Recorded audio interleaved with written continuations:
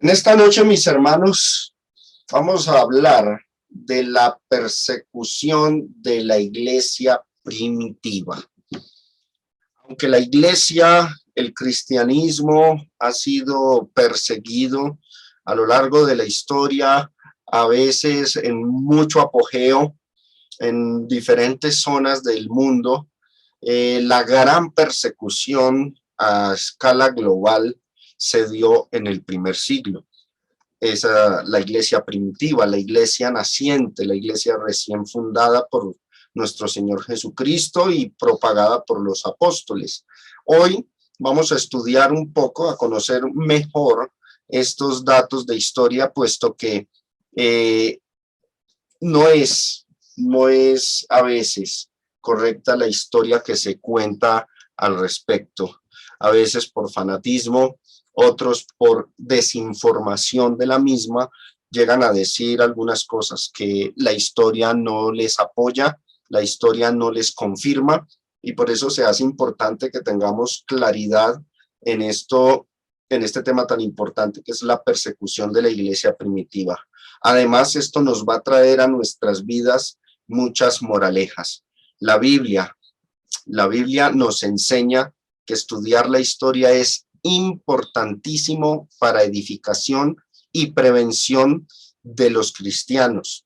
Bástenos leer 1 Corintios capítulo 10, se nos narra la historia de Israel, que ellos fueron rescatados de Egipto y todos fueron bautizados en la nube y en el mar, bebieron de la roca espiritual que los seguía, la roca era Cristo, y estuvieron en el desierto, y luego se nos narra ahí mismo en 1 Corintios 10 unos pecados que cometió Israel, unos desórdenes, y en el verso 11 dice que esas cosas acontecieron y quedaron escritas como ejemplo para nosotros.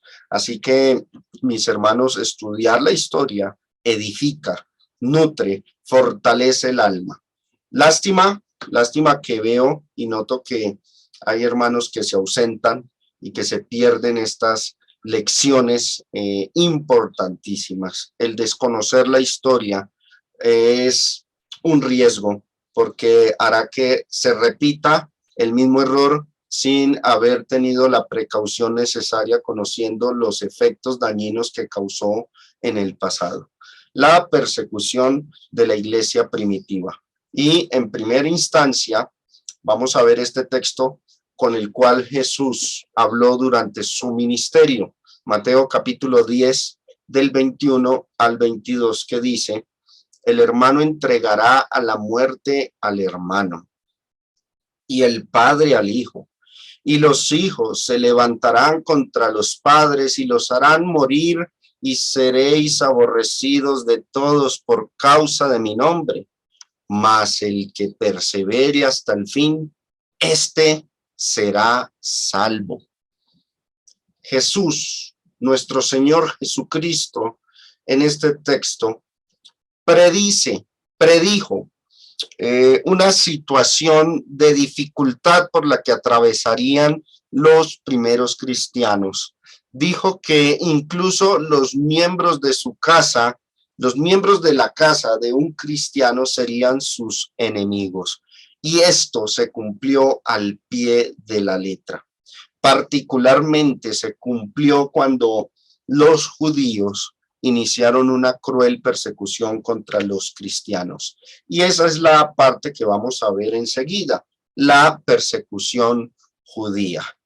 El judaísmo, el judío era tan radical y tan celoso de su religión que no les importó que miembros de su familia se hubiesen convertido al cristianismo. Su celo los conllevaba incluso a tener que entregar ante las autoridades judías y llevarlos a la muerte a sus propios familiares. Y eso es lo que Jesús dice en Mateo 10, verso 21 y 22, que iba a ocurrir en Judea esto. El hermano iba a entregar a la muerte al hermano, el padre al hijo, y los hijos se levantarán contra los padres y los harán morir.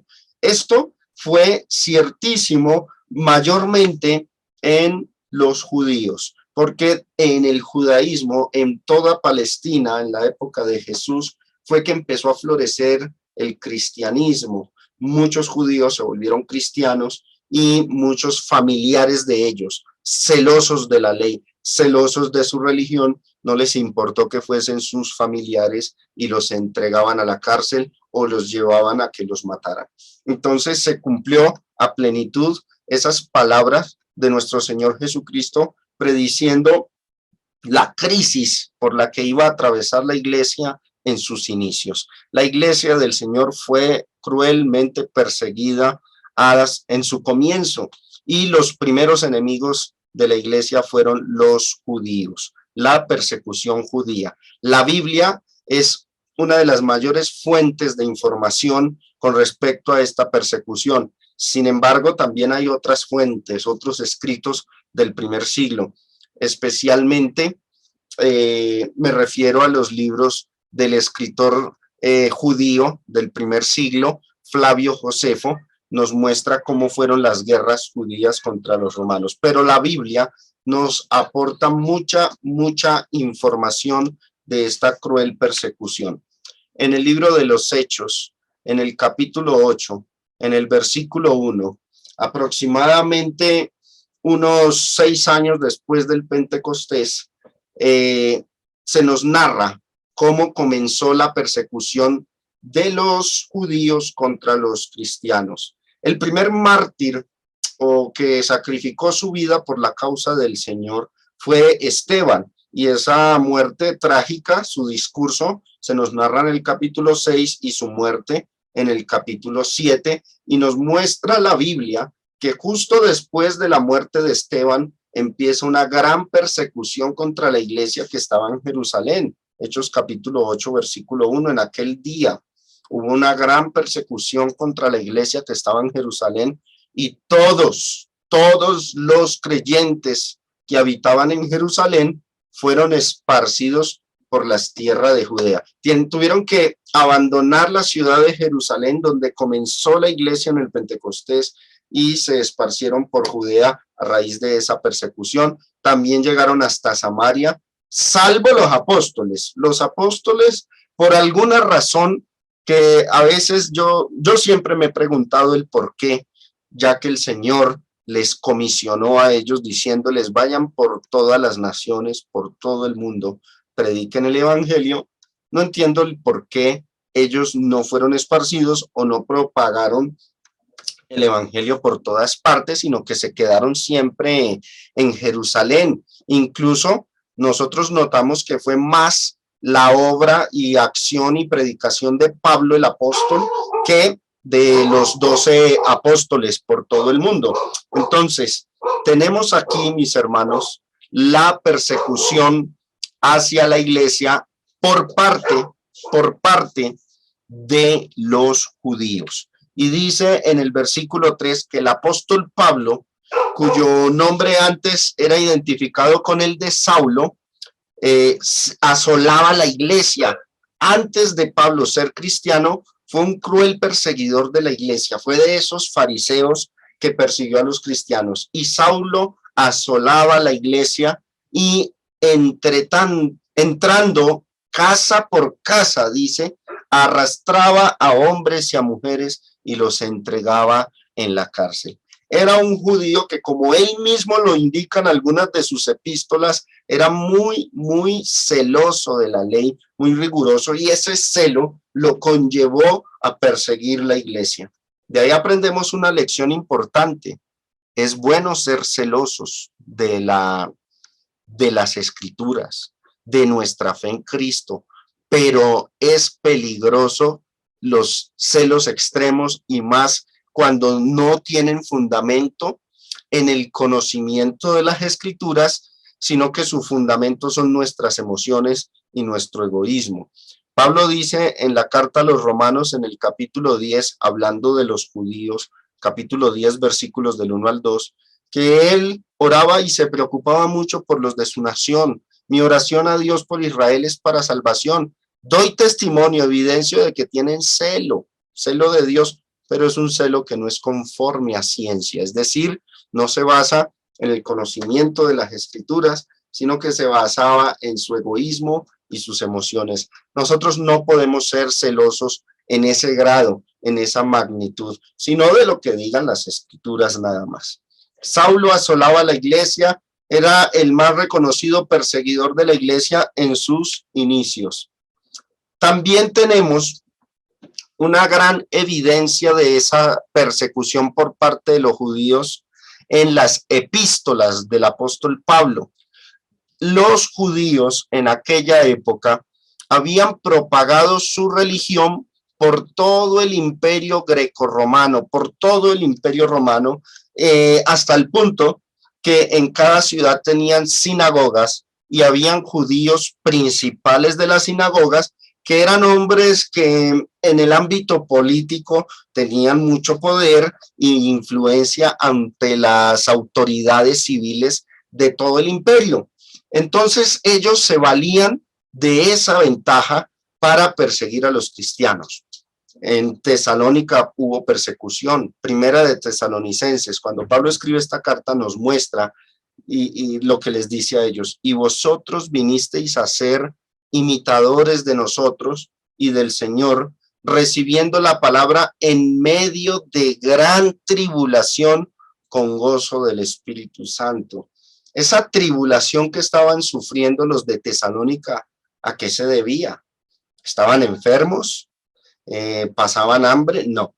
Esa tribulación era la persecución de los judíos contra los cristianos que se había propagado por todo el imperio greco-romano. Uno a veces creyera, dada oído a esto, la mala información que muchos expositores ofrecen, y es que los mayores perseguidores de la iglesia en el primer siglo, en sus inicios, dicen y aseguran que fueron los romanos, que los romanos fueron los que persiguieron la iglesia.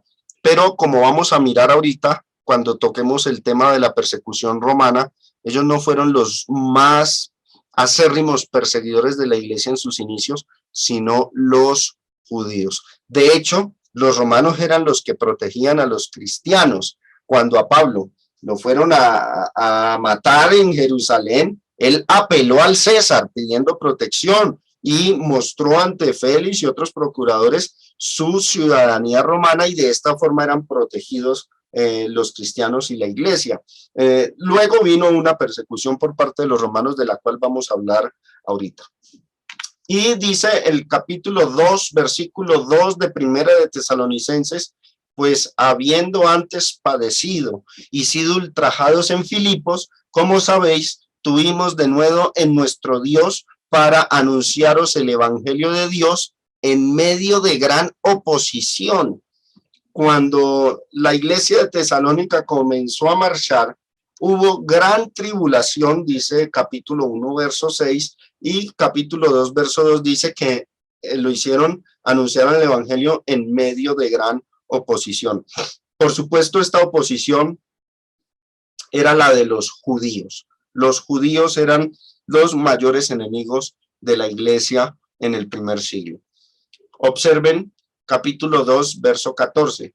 Porque vosotros, los de Tesalónica, hermanos, vinisteis a ser imitadores de las iglesias de Dios en Cristo Jesús que están en Judea, pues habéis padecido. Observen lo que les dice Pablo en esta carta: de los de vuestra propia nación, de allá en Tesalónica, las mismas cosas que ellas padecieron de los judíos.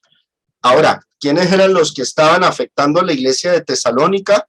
Los mismos judíos, judíos que estaban viviendo en el extranjero, judíos que vivían en Tesalónica, perseguían a la iglesia de Tesalónica, así como las iglesias de Judea eran perseguidas también por los mismos judíos. Verso 15, dice Pablo, ya se enfocan los judíos diciendo, los cuales mataron al Señor Jesús y a sus propios profetas, y a nosotros nos expulsaron y no agradan a Dios, y se oponen a todos los hombres. Cuando dice se oponen a todos los hombres, es que esa persecución, esa oposición de los judíos se había propagado en todo el imperio greco-romano, el mundo conocido de aquel entonces, como lo estudiamos en la lección anterior, todo el oikomene griego, que traduce mundo, pero es el mundo greco-romano. Y dice el verso 16, impidiéndonos hablar a los gentiles para que éstos se salven. Así colman ellos siempre la medida de sus pecados, pues vino sobre ellos la ira hasta el extremo. Aquí el apóstol Pablo vislumbra de manera profética el castigo que iba a recaer sobre los judíos, el castigo que se aproximaba sobre ellos y que Jesús también lo predijo en los evangelios, Mateo 24, hablando de la destrucción de Jerusalén. A propósito, una aclaración con respecto a esa historia de la destrucción de Jerusalén. La mayoría supone que la destrucción de Jerusalén es la destrucción de la ciudad nada más, la ciudad de Jerusalén, que los judíos tal vez siguieron existiendo, tal vez continuaron, no. La destrucción de Jerusalén fue el último evento de una guerra en la cual toda la nación judía fue castigada por Dios. La guerra comenzó en el año 66, los romanos empiezan a entrar por la frontera del norte de Israel, destruyen Samaria y empiezan a destruir toda la zona de Israel por el norte, van por Galilea y van descendiendo, ¿por qué? Porque los revoltosos judíos, los celotes, los subversivos, armaron su mayor ejército fue en la ciudad de Jerusalén. Así que cuando yo les hablo, cualquier libro de historia les habla de la destrucción de Jerusalén, ese ya es el clímax, la hecatombe final, la caída de toda la nación judía, ¿sí? No es pues el fin de una ciudad nada más, ¿no? Ya cuando los romanos llegan a Jerusalén, toda Israel estaba totalmente destruida y asolada, solo faltaba la ciudad principal, la capital, Jerusalén. Entonces, cuando dice aquí, pues vino sobre ellos la ira al extremo, el apóstol Pablo no está diciendo que ya fueron destruidos, porque pues esta carta, primera de Tesalonicenses, fue escrita en el año 51 aproximadamente, el año 70 no había llegado. Entonces, ¿por qué Pablo habla de ellos en tiempo pasado? Vino sobre ellos la ira al extremo, porque la está anunciando de manera profética y narra como si ya hubiese acontecido. Esto es un factor común en las profecías. Las profecías no siempre se anuncian a futuro como que van a suceder, a veces se declaran en tiempo pasado. Bástanos leer el libro de Apocalipsis, capítulo 20, lo que sucede después de los 1000 años y también se narra en tiempo pasado. Dice que rodearon la ciudad santa, salieron Satanás y las naciones y persiguieron la iglesia, rodearon la ciudad santa y de Dios descendió fuego y los consumió. Todo eso está expresado en tiempo pasado, pero sabemos que eso está para el futuro. Entonces aquí en Primera de Tesalonicenses 2:16 dice, pues vino sobre ellos la ira al extremo, es decir, en la mente de Dios, en su voluntad ya estaba decretada esa ira, ya vino sobre ellos, faltaba el castigo que se llevase a cabo en el año 70 con la destrucción de Jerusalén. Primera de Tesalonicenses capítulo 3, versículos del 3 al 4. Mire cómo toda esta persecución judía se refleja en la Biblia. Primera de Tesalonicenses 3, del 3 al 4, a fin de que nadie se inquiete por estas tribulaciones, dice Pablo a los tesalonicenses, porque vosotros mismos sabéis que para esto estamos puestos, porque también estando con vosotros, os predecíamos, profetizábamos, que íbamos a pasar tribulaciones, como ha acontecido y sabéis. ¿Cuáles eran las tribulaciones que estaban sufriendo los de Tesalónica? Persecución por parte de los judíos. Miren también un atisbo de la persecución judía contra los cristianos en la carta a los Corintios. Primera de Corintios capítulo 4 del 11 al 12. Hasta esta hora, mire lo que describe Pablo, cómo era la situación que vivieron ellos. Hasta esta hora padecemos hambre, tenemos sed, estamos desnudos, somos abofeteados y no tenemos morada fija. Nos fatigamos trabajando con nuestras propias manos, nos maldicen y bendecimos. Padecemos persecución y la soportamos. ¿Quiénes eran los autores de esa persecución? Los judaizantes que querían destruir la iglesia del Señor. Gálatas también nos habla de la persecución. Gálatas capítulo 4, verso 24, la alegoría de Sara y Agar. Dice, lo cual es una alegoría, pues estas mujeres, o sea, Sara y Agar, son, representan. Acuérdense, a veces ese verbo ser significa representa. No es que literalmente son, sino que representan. Es un símbolo, una alegoría, como cuando dice, este pan es el cuerpo de Cristo, esta copa es la sangre de Cristo, pero es un símbolo. Pues estas mujeres son los dos pactos. El uno proviene del monte Sinaí, el cual da hijos para esclavitud. Este es Agar, porque Agar es el monte Sinaí en Arabia y corresponde a la Jerusalén actual, pues esta, junto con sus hijos, está en esclavitud. Bueno, una anotación que no es de perdida hacerla, no sobra hacerla.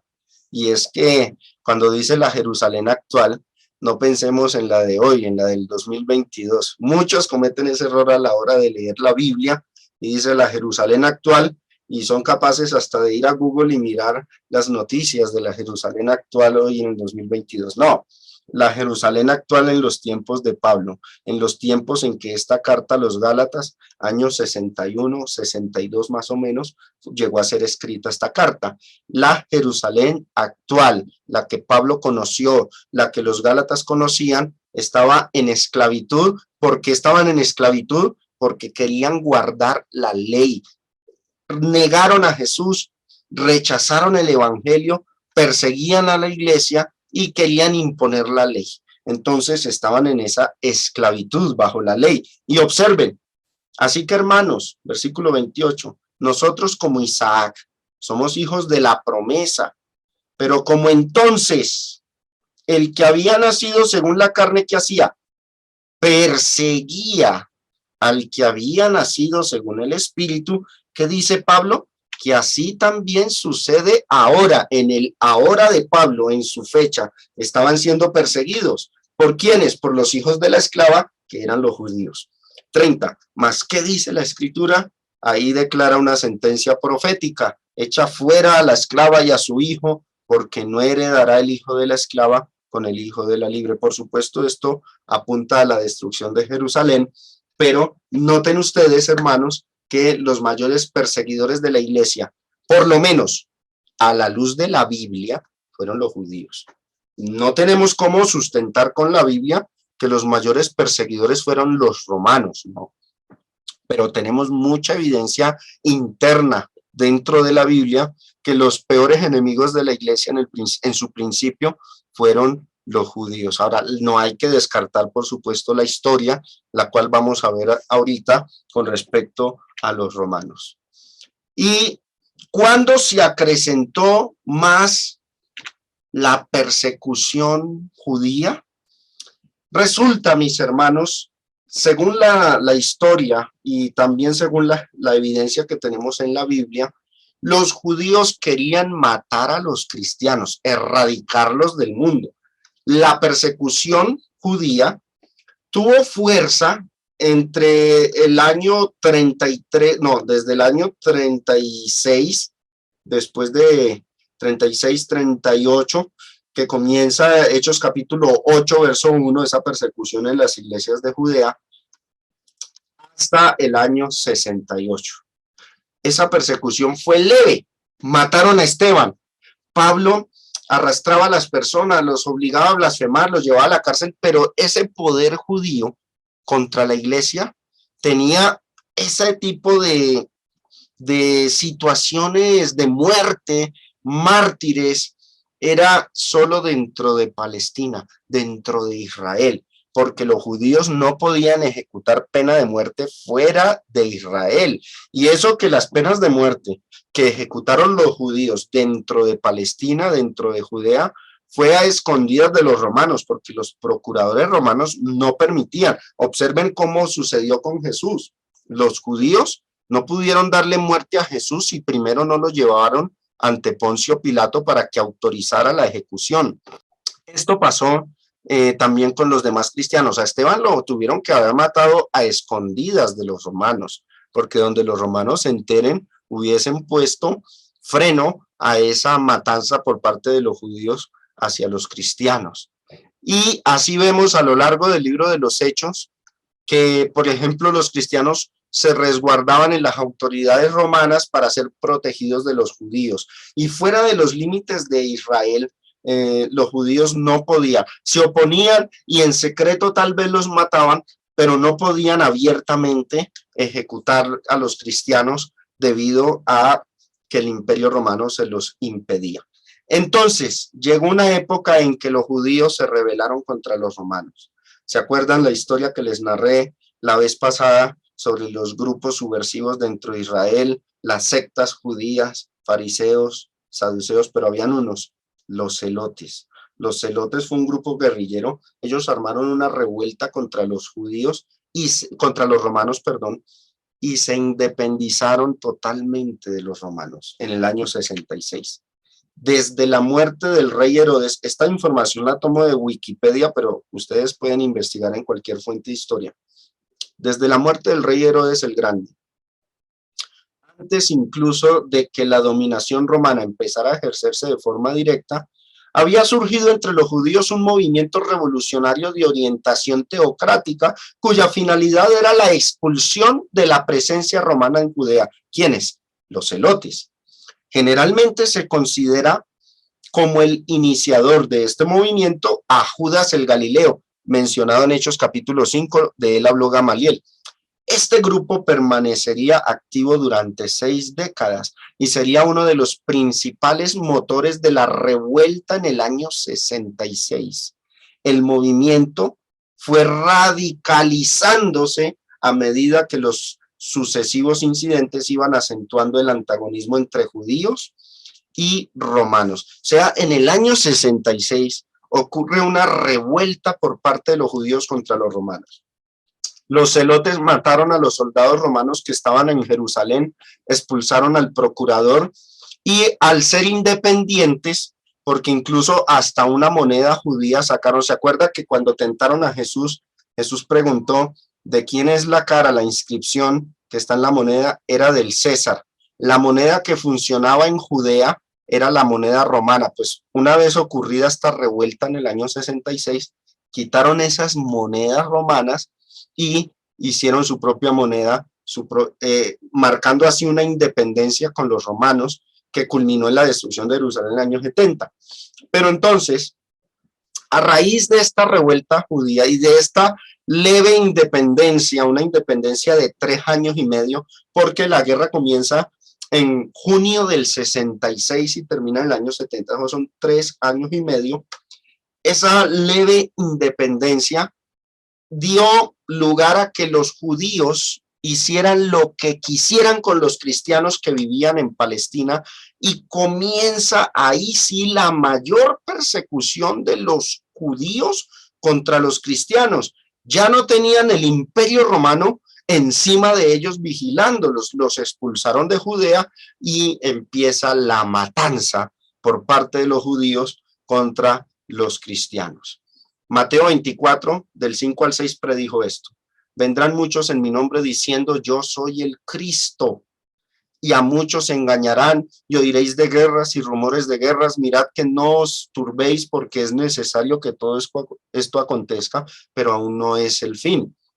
¿Por qué persiguieron mucho a los cristianos los judíos? Resulta que en esa revuelta judía, en el año 66, se levantaron varios hombres declarando que eran el Mesías prometido, el Mesías profetizado, y como eran judíos y mostraban genealogías y decían, vea que vengo desde el linaje de David, entonces soy el rey de Israel, o vengo de Abraham, yo soy el Mesías. Se levantaron muchos en esa época, exigieron que los adoraran, porque pues obviamente dentro del concepto judío, en el concepto hebreo, el Mesías era la encarnación de la divinidad, Dios hecho carne. Entonces, si ellos llegaban a reconocer a un falso Cristo de estos como si fuese el verdadero Mesías, por supuesto que lo que iba a hacer el pueblo era ¿qué? Adorarlos a ellos. Ahora, ¿quiénes se iban a oponer a esa clase de adoración? Los cristianos, y por eso la enemistad, porque un falso Cristo que notara una rebelión de los cristianos que no lo adoran, pues entonces los mataban porque no los adoraban. Entonces os entregarán a tribulación, dijo el Señor Jesucristo, y os matarán, y seréis aborrecidos de todas las gentes por causa de mi nombre, y muchos tropezarán entonces y se entregarán unos a otros y unos a otros se aborrecerán. Pero esta descripción profética de Jesús es contra Israel, contra Jerusalén, mostrando así que los autores de esos crímenes de matarlos, aborrecerlos, eran los judíos. Esa gran persecución judía que hubo desde el 66 hasta el año 70, fue la mayor de todas las persecuciones que hubo contra la iglesia. Vamos a hablar de dos cristos falsos de esa época. Hubo un hombre judío, según la historia, porque la Biblia no nos muestra esto. El libro de los Hechos termina en el capítulo 28, antes del año 70, así que no nos menciona qué ocurrió durante la destrucción de Jerusalén, pero la historia sí nos habla de este hombre llamado Menahem ben Judá, o Menahem, hijo de Judas. Y observen, Menahem era un guerrero de la banda de los Sicarí, que eran una rama del partido de los celotes, o sea, eran celotes. Comenzó la guerra contra los romanos. Mató la guarnición romana que había en Jerusalén. Este hombre fue el que sacó a los romanos de Jerusalén y se apoderó de sus armas año 66 después de Cristo. Y fue también un falso Mesías. Claro, como él expulsó a los romanos, los sacó de Judea, los sacó de Jerusalén, el pueblo que creyó que era él. El pueblo, por supuesto, con sus... ¿Se acuerdan que les enseñé también la noción errada de los judíos acerca del reino y acerca del Mesías? Ellos esperaban un reino terrenal, un Mesías terrenal. Pues este hombre sí les encajó, mientras que Jesús no les encajó, este sí les encajó, y entonces para ellos este era el verdadero Mesías. Lo adoraron, y porque como él expulsó a los romanos, dijeron, este sí es el libertador, este sí nos salvó del yugo de los romanos. Fue un falso Mesías, pues al obtener tales victorias, se comportó como un rey y reclamó el liderazgo de todas las tropas. Entre sus títulos, con pretensiones mesiánicas, están, mire cómo se hacía llamar, el Consolador, nombres que eran solamente para la divinidad, y el que debe aliviar. Pretendía que después de derrotar a Roma, ejercería el trono de Judá y de Israel, o sea, el rey de Israel. Mire lo que dice el Talmud de Babilonia en un capítulo llamado Sanedrín, página 98, este libro, dice sobre este personaje: el nombre de Menahem se traduce como el consolador. Se le conoce como el erudito leproso. El pasaje del Talmud afirma que él ha soportado nuestro dolor y llevado nuestras penas. O sea, los judíos en el Talmud le aplicaron a este hombre llamado Menahem el pasaje de Isaías 51, reconociéndolo como el Cristo, como el Mesías. Sin embargo, lo consideramos un leproso herido por Dios. O sea, esta realmente es una cita de Isaías 51, que ¿qué hizo el pueblo de Israel? No se le aplicó a Jesús porque lo rechazaron, pero apareció este hombre Menahem que los independiza de los romanos, y a él sí le aplicaron ese versículo, por supuesto, declarándolo como el Mesías, y lo adoraron como al Mesías. Entonces, este hombre, al ver que los cristianos no lo adoraron, sino que los cristianos decían, no, nuestro Mesías no es Menahem, nuestro Mesías es Jesucristo, entonces emprende una persecución contra los cristianos y los mataba. El método de matanza de Menahem y de estos judíos, los sicarí, era la decapitación, según la historia. Los animo a que averigüen todos estos datos en el libro y luego de la muerte de Menahem, vino este otro líder judío también, Simón Bar Giorás. Los animo a investigar acerca de este hombre también, porque este de hecho fue mucho más salvaje que el anterior. La historia que nos dice del libro de Flavio Josefo, Guerras de los Judíos. Josefo dice que Simón era aficionado a la grandeza. A él le gustaba ser una persona importante. Cuando escuchó el informe de que Ananus o Anano, el sumo sacerdote, había sido asesinado a fines de febrero del 68, entró en la parte montañosa de Judea y mire lo que dice la historia.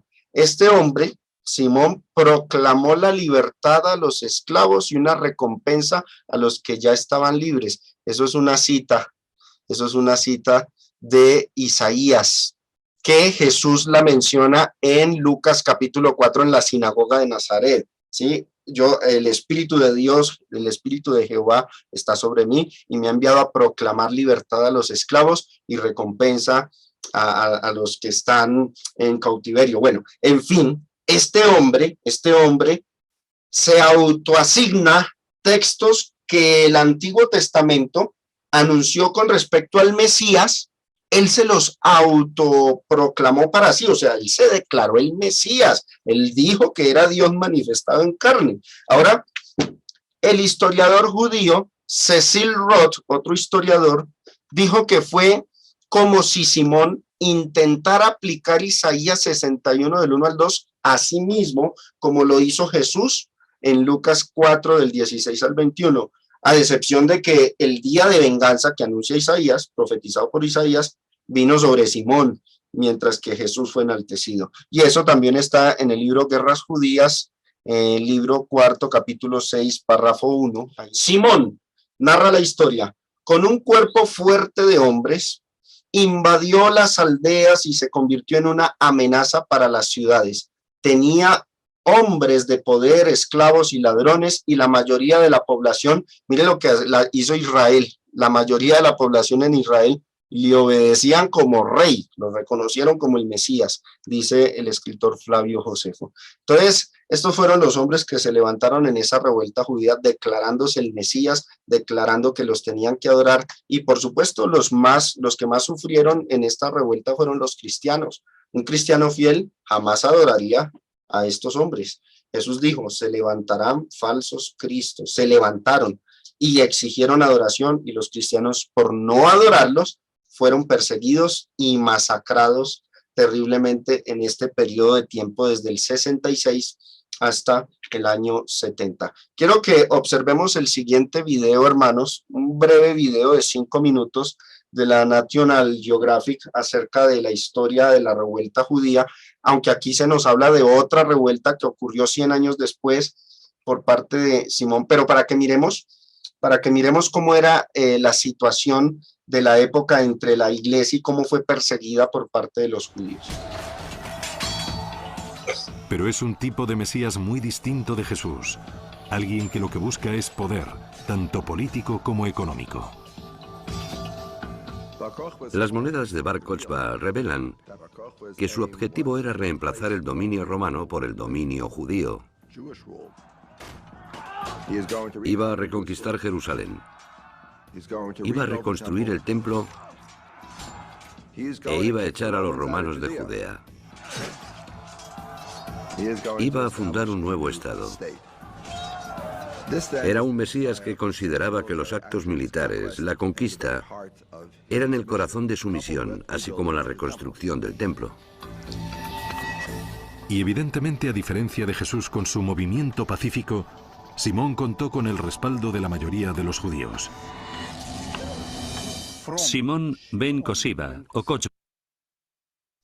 Prestemos atención a este registro. Esto es un manuscrito directamente de la mano de ese líder Simón. Observen la orden que muestran aquí en este video, lo que él ordenó en su época, en ese manuscrito.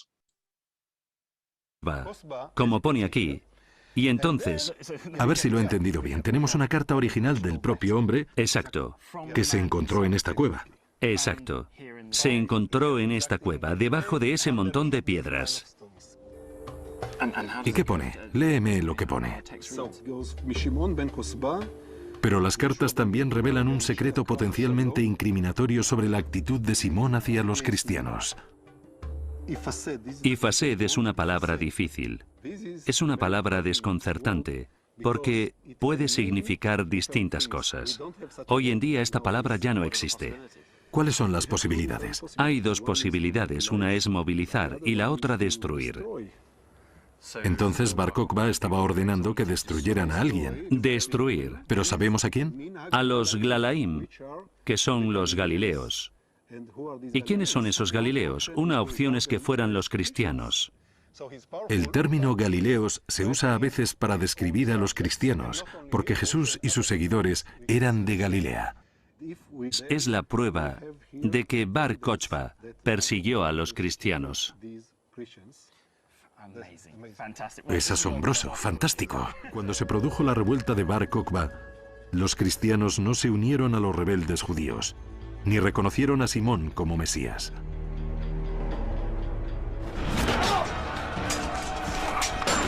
Increíblemente, los judíos resistieron durante 3 años el contraataque del imperio.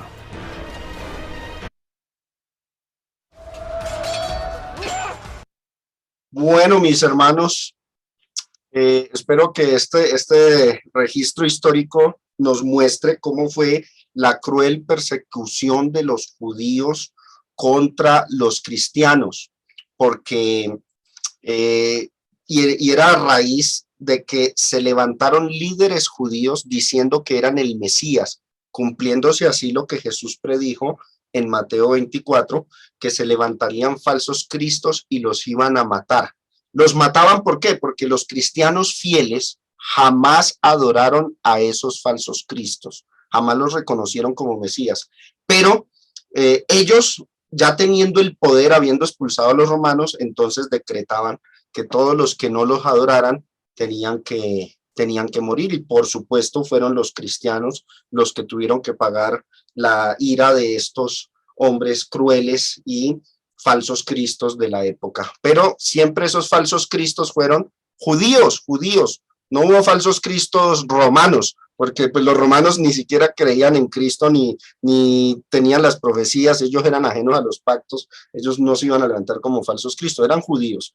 Pedro, cuando escribe la carta, es en medio de esa persecución. Esta carta es escrita en el año 67, ya la guerra se había estallado, y entonces observen el tono con el que Pedro habla en su primera carta, capítulo 4, puesto que Cristo ha padecido por nosotros en la carne. ¿Qué dice Pedro? Vosotros también armaos del mismo pensamiento. ¿Qué es lo que les está diciendo Pedro a los cristianos de su época? Alístense para morir. Cristo padeció en la carne, nosotros también tenemos que armarnos del mismo pensamiento y padecer. Pues quien ha padecido en la carne termina con el pecado.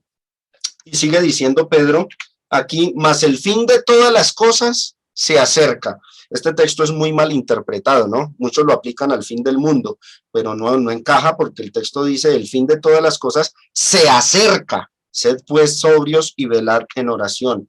Luego ordena el apóstol Pedro, hospedaos los unos a los otros sin murmuraciones. ¿Por qué ordena esto en un contexto? Porque pues los cristianos iban a ser perseguidos por todas partes, los mataban, y era necesario que entre la hermandad recibieran a los que estaban huyendo de esa cruel persecución, y se ordena eso, hospédense los unos a los otros sin murmuraciones. Bueno, nosotros como cristianos hoy día tenemos que ser hospedadores, recibir a hermanos, pero este pasaje fue escrito en ese marco histórico y en ese contexto de persecución. Amados, no os sorprendáis del fuego de prueba que os ha sobrevenido, como si alguna cosa extraña os aconteciese. ¿Cuál era el fuego de prueba que había sobrevenido sobre Pedro y sobre los cristianos que leían la carta en el primer siglo? Esa persecución por parte de los judíos. Ahora, si alguno duda de que primera de Pedro 4:7, cuando dice el fin de todas las cosas se acerca, no tenga que ver con el fin del mundo, porque muchos lo aplican al fin del mundo, miremos lo que dijo nuestro hermano Bill Reeves en su comentario a la primera epístola de Pedro. Dice, se ha acercado, primera de Pedro 4:7, dice el texto griego aquí y en Mateo 3:2, Marcos 1:1 al 45, Marcos 15 del 1 al 47, Lucas 10:9, el fin referido por Pedro no es el fin del mundo, como si él resultara errado o mal informado, pues han pasado casi 2 milenios y todavía no ha venido el fin del mundo físico. Pedro habla del fin de la economía judaica, de la destrucción de la nación judaica. Cualquiera que tenga los comentarios del hermano Bill Reeves puede constatar que eso es lo que él interpretó de primera de Pedro 4:7. Primera de Pedro 4:13, seguimos leyendo, dice, sino gozaos por cuanto sois participantes de los padecimientos de Cristo. Eran mensajes de consolación a esos cristianos perseguidos en el primer siglo, para que también en la revelación de su gloria os gocéis con gran alegría. Obviamente esta revelación de su gloria no es la venida final, no es la que ocurre cuando los 1000 años se cumplen según Apocalipsis 20, sino cuando él vendría en la destrucción de Jerusalén, como dice Mateo 24, y veréis al Hijo del Hombre con poder y gran gloria, y lamentarán todas las tribus de la tierra. Mateo 24, del 29 al 31. Si sois vituperados, les dice Pedro a estos cristianos perseguidos, si sois vituperados por el nombre de Cristo, sois bienaventurados porque el glorioso Espíritu de Dios reposa sobre vosotros. Ciertamente de parte de ellos Él es blasfemado, pero por vosotros es glorificado. Así que ninguno de vosotros padezca como homicida o ladrón o malhechor o por entremeterse en lo ajeno, pero si alguno padece como cristiano, no se avergüence, sino glorifique a Dios por ello. Y en el verso 17, mire lo que dice, porque es el tiempo, ya es la hora, ya empezó, de que el juicio que Dios había decretado en Mateo 24, comience por la casa de Dios, y si primero comienza por nosotros, o sea, los cristianos perseguidos, ¿cuál será el fin de aquellos que no obedecen al evangelio de Dios? Obviamente estas exhortaciones repercuten en nosotros hoy día en un sentido espiritual, pero su aplicación primaria es bajo este marco de persecución. Observen que Juan, cuando escribió el Apocalipsis, lo escribió en medio de la tribulación. Dice, yo Juan, vuestro hermano, ¿y de qué era copartícipe Juan en esa época? Copartícipe vuestro en la tribulación, o sea, ya estaban siendo atribulados y perseguidos. La persecución judía comenzó por motivos religiosos, como leemos en el libro de los Hechos, pero se acrecentó por razones políticas, sobre todo estos falsos cristos que querían apoderarse del mundo en aquella época. Ya para terminar, hablemos de la persecución romana. ¿Por qué los romanos persiguieron a los cristianos? Porque dentro de la religión romana existía lo que se llama el culto al emperador. El culto imperial en la antigua Roma era la veneración de unos pocos emperadores elegidos como dioses. O sea que los cristianos del primer siglo, además de tener el problema de que los judíos, muchos se levantaron falsos cristos, falsos mesías y exigieron adoración, pues también los emperadores exigían adoración una vez fallecían. El único emperador que se declaró a sí mismo Dios mientras aún vivía fue Domiciano, lo que causó escándalo. Hacer que ciertos emperadores fallecidos se convirtieran en dioses se volvió en un elemento prominente de la religión en el Imperio Romano. El enaltecimiento de un emperador era un acto esencialmente político y tenía como objeto reforzar la majestad del oficio imperial y a menudo bastante efectivo para asociar al actual emperador con un predecesor bien considerado, puesto que era una herramienta de propaganda centrada en los líderes. El culto imperial romano puede considerarse un culto de la personalidad, o sea, quien no adorara al emperador también era castigado, también era sentenciado, y por supuesto aquí sí sufrieron dos bandos, tanto judíos como cristianos, porque los judíos, a pesar de su error, pues tampoco iban a adorar al emperador y también fueron perseguidos cruelmente por algunos emperadores. Causa de la persecución romana. Resulta que en el Imperio Romano existía una regla, una orden, una ley, un estatus legal, la religión lícita o las religiones toleradas. Cuando los romanos conquistaban una nación, les daban permiso de que siguieran con su religión.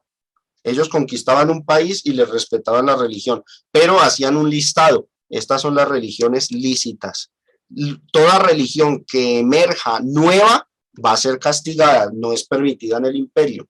Entonces resulta que el judaísmo, cuando Roma invadió a los judíos, el judaísmo era el único culto o religión tolerada junto con la religión romana. Ellos al principio creían que los cristianos eran de los judíos, los confundían como una secta judía.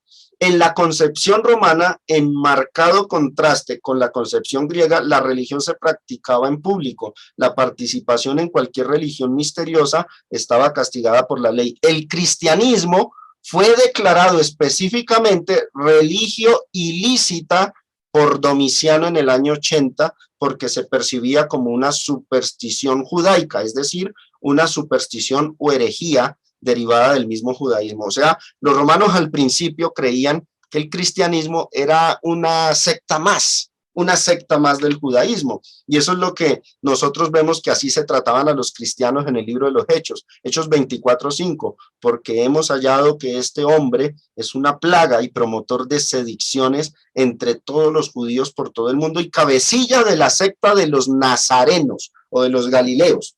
Entonces, aquí, ¿cómo veía el mundo a los cristianos? Como una secta más. Fariseos, saduceos, los celotes y ahora los cristianos o los nazarenos, así los llamaban.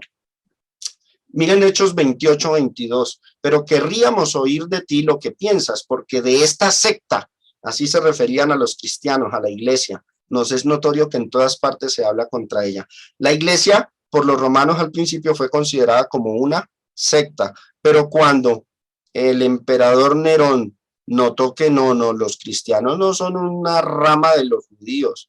Ellos son diferentes porque por algo los judíos los persiguen, por algo se contrarían, por algo se enfrentan en argumentos. Entonces Nerón fue el primero en notar que los cristianos y los judíos no eran lo mismo y dijo, entonces esto es una religión ilícita y hay que castigar. Y empieza la persecución nerónica. Nerón reinó desde el 54 al 68 y persiguió a los cristianos de una forma cruel. Él, para iluminar, dice la historia, para iluminar sus jardines, prendía antorchas humanas, prendía cristianos en fuego para que le iluminaran el jardín, o se los entregaba en el anfiteatro a los leones para que se los devoraran. Nerón fue cruel con los cristianos, pero esa persecución nomás duró 4 años, desde el 64 hasta el año 68, cuando Nerón se suicidó. Luego el segundo que persiguió, aquí me equivoqué, el que persiguió a los cristianos fue Domiciano, desde el 81 al 96 que gobernó. Él, porque se declaró Dios y los cristianos no lo adoraron, entonces persiguió a los cristianos. El tercero que persiguió a los cristianos fue Trajano, después de Domiciano, del 98 al 117, y hasta ahí llegó la persecución romana, porque si leemos la historia, no hubo perseguidores del cristianismo, la iglesia empezó a progresar en el imperio y hasta el año 284 se levanta este emperador. Ya el imperio romano estaba dividido y él era el emperador de Occidente. Diocleciano persiguió a los cristianos, pero fue derrotado por Constantino el Grande y hasta ahí se acabó la persecución por parte de los romanos. Entonces, interesante esta historia de el fin de la persecución romana es cuando Constantino derrota a Diocleciano. El cristianismo y otras religiones fueron declaradas toleradas por el edicto de Milán en el año 313 después de Cristo. Esta tolerancia no se extendió a las regiones que practicaban el sacrificio humano, como el druidismo. Este estado de cosas duró hasta el 380 después de Cristo, cuando el cristianismo, definido por el primer concilio de Nicea, fue adoptado como religión de Estado, y en los años siguientes comenzaron las persecuciones contra los cultos cristianos paganos y no nicenos, o sea, los que no se ajustaron al credo de Nicea. Prisciliano fue ejecutado por herejía en 385 después de Cristo, y Teodosio prohibió los ritos paganos en el 391 después de Cristo. Lo que sucedía en esta época era que la religión cristiana se estaba mezclando con el paganismo, y de eso vamos a hablar más adelante, y de cómo empezaron a nacer las primeras sectas dentro del cristianismo, cómo empezaron a nacer falsas doctrinas, el bautismo de infantes. Todo esto lo vamos a ver en nuestra próxima lección. Espero, mis hermanos, que esta lección y esta enseñanza nos haya servido bastante para conocer la historia de la iglesia en sus inicios y cómo fue cruelmente perseguida. Una moraleja: cuando la iglesia fue muy perseguida, fue donde más creció, fue donde más conquistó almas, fue donde el cristianismo más se propagó, y hasta el son de hoy vemos en algunos países donde el cristianismo es prohibido, cómo en vez de acabarse, aumentan. Hoy día nosotros vivimos en una zona de confort donde no nos preocupamos mucho por evangelizar y por anunciar y ganar almas. No esperemos, Dios nos libre de que para que la iglesia despierte hoy día tenga que llegar un periodo de crisis y persecución para que entonces despertemos. Cuando la iglesia fue muy perseguida, fue donde la iglesia más creció. Cuando la iglesia no es perseguida, es donde se quedan los cristianos en su zona de confort y no trabajan por el evangelio. Así que esta historia nos puede exhortar a nosotros en muchas cosas, a que si queremos evitar periodos de crisis, periodos de tribulación, prediquemos el evangelio a toda criatura, como si estuviésemos siendo perseguidos, y animémonos unos a otros en la fe, aunque estemos viviendo un periodo de paz en donde no somos perseguidos como iglesia. Que el Señor les bendiga. Gracias por la atención que me prestaron. Y bueno, nuestro hermano Luis nos va a despedir con una oración.